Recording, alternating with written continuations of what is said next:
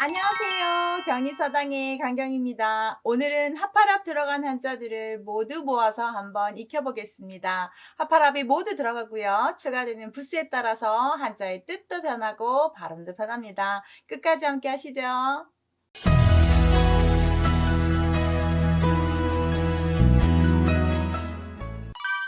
혹시 제 책이 있으신 분들은 584쪽에 정리를 했습니다. 장장 한 두세 페이지에 거쳐서 있으니까 같이 보시면 메모하시면서 보시면 이해가 좀 빠르실 것 같고요. 혹 책 없으신 분들은 그냥 보셔도 제가 다 편하게 외울 수 있게 했으니까 편하게 시청하시면 되겠습니다. 한번 시작해 보겠습니다. 대합, 조개합부터 시작을 합니다. 그 다음 합합, 쪽문합, 마실합자를 자세하게 배우실 텐데요. 합이 들어가서 합발음을 먼저 한번 놓아봤습니다. 두 번째는 발음이 답으로 바뀌더니 탑탑해서 급까지 발음이 살짝살짝 변하는 것을 보실 수 있을 겁니다.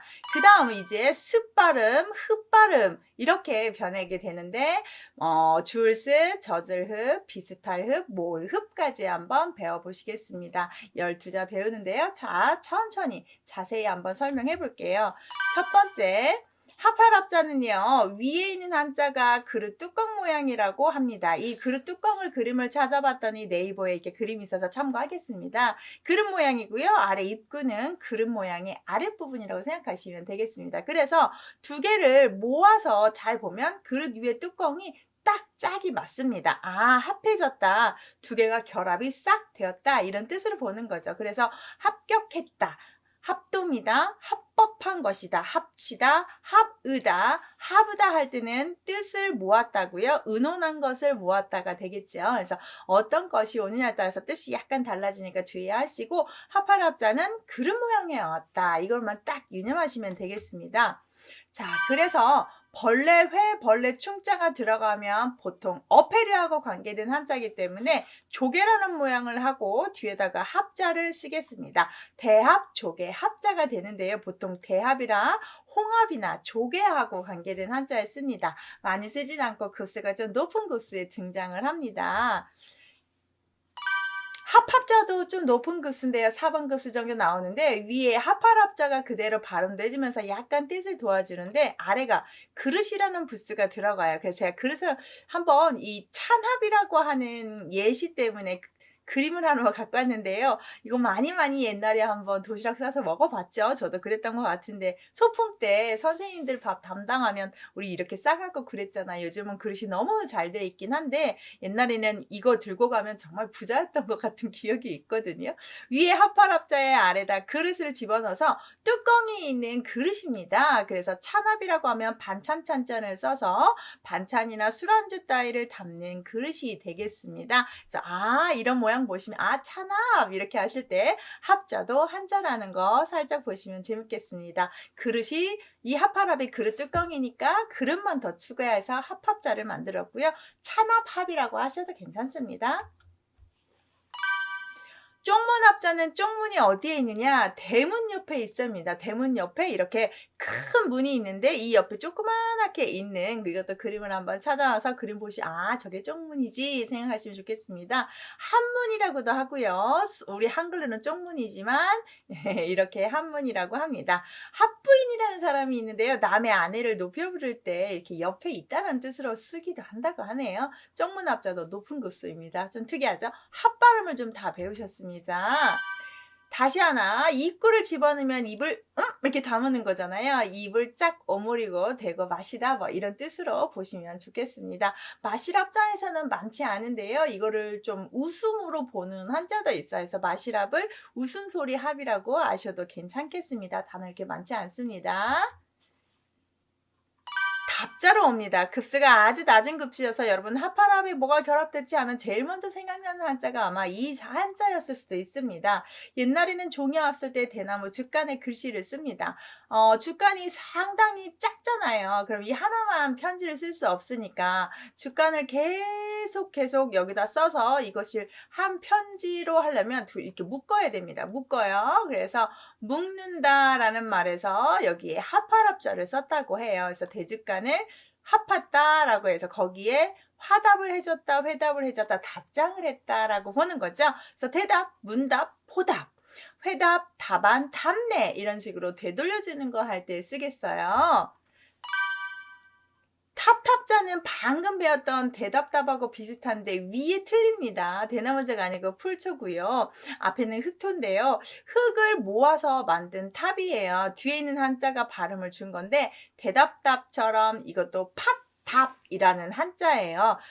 뒤에가 발음을 했고 앞에 흑토가 흙으로 탑을 만들었네 라고 너무 깊이 하지 마시고 이 팥답만 잘 물어보진 않는데 급수에 나오긴 하지만 얘가 답이고 발음을 조금 도와주면서 탑 발음이 됐다. 이렇게 한 번만 아시면 될 것 같고요.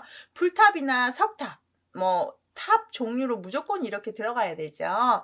금자탑, 상아탑 이런 식으로 탑을 뺄 때 불교 용어에서는 좀 빠질 수 없는 한자니까 알아두시고 위에 좀 조심하셔야 됩니다. 대나무 죽자로 쓰시면 안 돼요. 탈탑은요, 먼저 단어부터 보면 비행기 탑승할 때 무조건 쓰는 거예요. 짐을 실을 때 탑재하다 할 때도 쓰는 거고요. 앞에다가 물건을 실으려면 우리의 신체 손이 많이 수고롭습니다. 손으로 뭔가를 쓰는데 이게 이 뒤에가 또 발음을 역할했는데 굳이 팥이 들어가서 제가 팥을 좀 활용했어요. 팥을 수레에 실었다. 사람이 수레에 탔다. 이런 식으로 표현을 한번 해봤는데요. 간단하게 뒤에 있는 한자가 탑 발음을 도와줬다. 앞에 있는 손수가 뭔가를 태워보내는 우리의 실어보내는 손이다. 이렇게 하시면 좋겠습니다. 흑토 들어갔는지 손수 들어갔는지 구분하셔야 되겠습니다. 줄급자도 낮은 급수에서 보는데요. 얘는 발음 문제로 정말 많이 나옵니다. 뒤에가 합합이니까 합 아닐까? 그럼 답인가? 이렇게 두 가지 정도 생각하는데 완전 반전으로 급자인데요. 뒤에 있는 한자 합자에서 비음만 좀 도와줬을 뿐 많이 도와준 것 같지는 않습니다. 실에다가 합파람이어서 배틀을 짤 때 실을 계속 날실과 시실을 쓰죠. 그게 다 합쳐지면 뭐가 됩니까? 옷감이 됩니다. 그래서 그걸 다 만들어서 준다라고 해석들을 많이 합니다. 뭔가 주다라는 말에서 밥을 주면 급식, 돈을 주면 급여, 뭔가 갖다 주면 공급, 배급, 지급 다 주다라는 말로 쓰는 건데요. 앞에 있는 실사를 옷감으로 꼭 해석을 하셔서 다 만들어서 주다, 만들어주다 이렇게 외우시면 좋겠습니다. 주울습 열십인데요. 보통 우리 열십 그러면 이자가 생각이 날 거예요. 그런데 이 자를 중요한 문서에 쓰지 않습니다. 이 한자는 위조의 가능성이 있습니다. 만약에 이거를 써서 뭔가 문서를 썼다면 여기다가 꼭지만 붙이면 천자가 되지 않습니까? 절대 쓰지 않습니다. 그럴 때만 이 한자가 열십을 대신하는데 그런 걸 갖은 자라고 하죠. 지금은 한글로 쓰기 때문에 문서에 한자를 쓸 일이 없어서 그렇지만 옛날에는 한자로만 문서를 쓸 때는 열십자를 쓰려면 꼭 이자를 썼다는 거 참고하시고 제 영상에 갖은 자를 정리한 영상들이 있습니다. 한번 검색하셔서 보시면 좋겠고 제가 카드 하나 달아 놓겠습니다. 자, 열십 보시면 손수에다가 합파람이니까 두 손을 모아서 물건을 줍습니다. 두 손 손가락이 10개니까 10개 손가락으로 물건을 줍는다 하면 같이 세트처럼 외우실 수 있습니다. 그래서 열십의 갖은 자라고 하는 거 참고하시고 본론은 이 한자는 열십보다는 주울습으로 훨씬 많이 사용하고 있습니다. 그래서 습득하다, 수습하다 이럴 때 씁니다. 습발음 정말 특이합니다. 습발음. 젖을 쓰면 좀 쉽죠. 물이 젖었다 이렇게 보시면 좋겠으니까 물건과 물의 비율이 잘 맞아 흠뻑 젖어버렸다. 그래서 흡족하다인데 여기에서 특이하게 족자가 발족이라는 뜻이 있습니다. 그런데 여기서는 발족이 아니라 넉넉하다라는 뜻으로 쓸 건데요. 흡족하다니까 아주 만족스럽게 다 젖어들었다는 거니까 만족하다는 뜻으로 아시면 좋겠습니다. 아주 심도 있게 깊이 만족한다는 뜻이겠죠. 반대로 미흡하다는 아직 미에 아직 흡족한 상태가 못 된 겁니다. 그래서 미흡하다. 많이 쓰는 말인데 써보라고 하면 쉽게 써지는 한자가 아닙니다. 그래서 저주릅자는 급수 문제에서도 상당히 잘 나오는 단어고요. 우리가 일상생활에서 흡족하다, 미흡하다 이런 말을 많이 쓰기 때문에 알아두시면 좋겠는데 1급자에 배정이 돼 있어서 많이 물어보는 문제입니다. 흡입니다. 흡. 비슷한 흡자도 마음심을 집어넣어서 흡만 했는데요. 다 같이 마음을 합의한 마음들이 비슷비슷했다. 비슷할 흡이라고 비슷한 마음들, 너랑 나랑 같은 마음들 이럴 때 하는 것을 비슷할 흡이라고 하고요. 흡사하다 이 말도 정말 많이 쓰죠. 비슷했다라는 말 할 때 그래서 같을사를 활용해서 많이 쓰는 말이고 이것도 1급에 배정이 돼 있으니까 알아두시면 급수 시험 보실 때 좀 편하실 것 같아요. 많이 쓰는 단어입니다.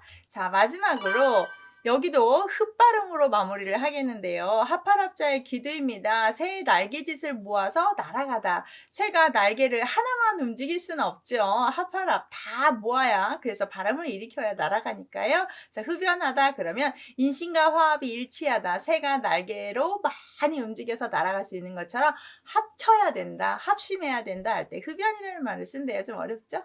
이것도 1급에 등장을 합니다. 이렇게 핫바람 들어가는 자 정리했습니다. 감사합니다.